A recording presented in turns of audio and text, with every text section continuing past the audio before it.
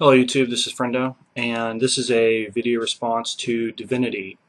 So the question, are all men rapists? Or the statement, all men are potentially rapists, is really loaded. It's really charged. It can bring out a lot of anger. Um, my take on it, though, is that it's literally true. We all have the equipment, we all have the ability to force ourselves on others. The problems, of course, with this question or with this issue are the assumptions that get made. That there's somehow a natural polarity for rape, that it's big men assaulting little women. And like you, Divinity, I don't really think that that is the case. First off, rapists don't always use force. They use cunning, they use guile, they use drugs, tasers, threats, lies, manipulation. It's not just about physically overpowering someone. If I remember the statistics correctly, that's actually the least common form of rape.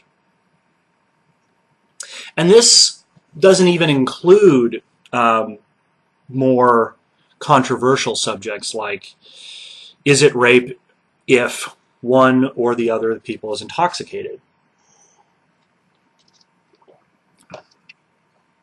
If I go down to the store and I run into a woman who propositions me for sex, I bring her up here because I've been drinking all day. Is she raping me? But let's go on the subject of rape as earning the connotations that go with the word. We're talking about forcing yourself on someone. There's a story that I remember from college, anecdotally. A friend of mine was in a class where, I think it was a sociology class, they were presented with a scenario where a woman was date raped. And then everyone wrote down their responses, passed it back up to the teacher, and the following day the teacher said there was an interesting thing about the responses. The men tend to blame the man in the situation, saying that he is responsible for the rape. And the women in the class tend to blame the woman, saying that she's the one responsible. And my friend, as he presented this story to me, didn't really have an explanation for why that is. Just a sad thing that that's why it is. But he took out of it is, it's just heartbreaking how cruel women can be to each other. And then he said something that clicked for me, something that turned on the light bulb. He said, I mean, if you get raped, it's just, there's nothing you can do about it. It's not your fault. End of story. And of course, I haven't really met many women who want to adopt that. That's the victim mentality. To be told that as a woman, you can be raped at any time by any man, and there's nothing you can do about it. Literally, it's not true. And it's also a really shitty way to order your life. There has to be something you can do. And there are. You can travel in groups. And I've had friends that have done that when I've been out at bars. They're going to go get a taxi. They'll just ask me to come with them. Now then, I'll have to walk back to the bar by myself. But this is a matter of risk management. Don't go places alone. Take self-defense. Learn the area that you're going to. Even just looking around you, just being aware of your environment can reduce your chances of being attacked or assaulted, let alone raped. But there's something else in here as well. Because I think in addressing this question, you've sidestepped the issue of should women be afraid of men, or to what extent should women be paranoid of men. And you've gone past that and towards something far more interesting. The question,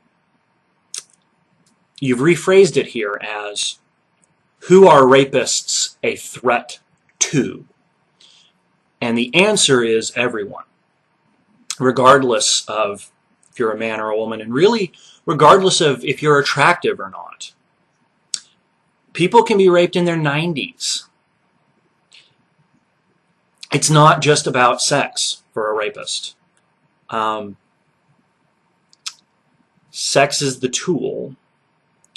I've heard the argument that violence is the tool to get sex, but that just doesn't correspond to everything that it is that rapists do, how they talk about it, what they do to their victims.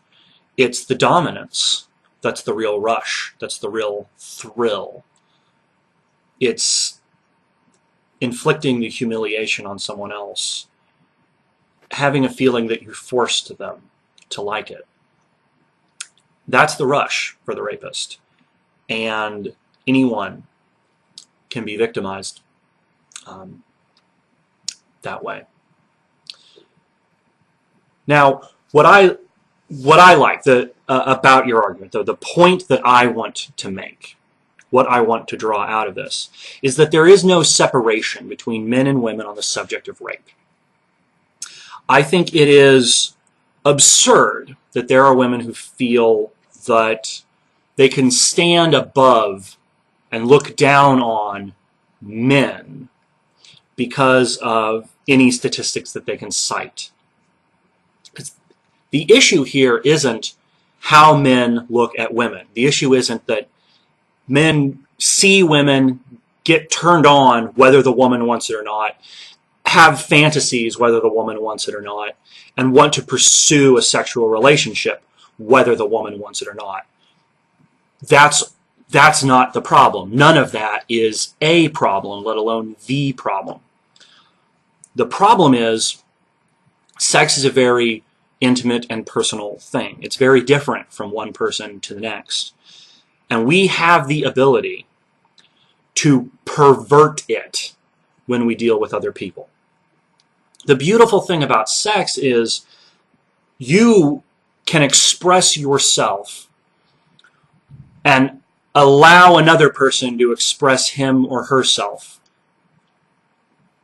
It's that exchange, it's that interplay that is the true beauty of sex. When you impose it, when you cut it off and it's only you having your expression, then you are committing a grievous crime. And that's really the point. That's really what rape is. It's not a question of, was there a penis or not? Was an implement used? How was it used? What entry was it put into? Was it just touching? None of that defines rape. It's the violation that occurs, the extent to which someone was imposed into a sexual experience against their will. And that's not something that only women are at risk of. It's not something that only men do.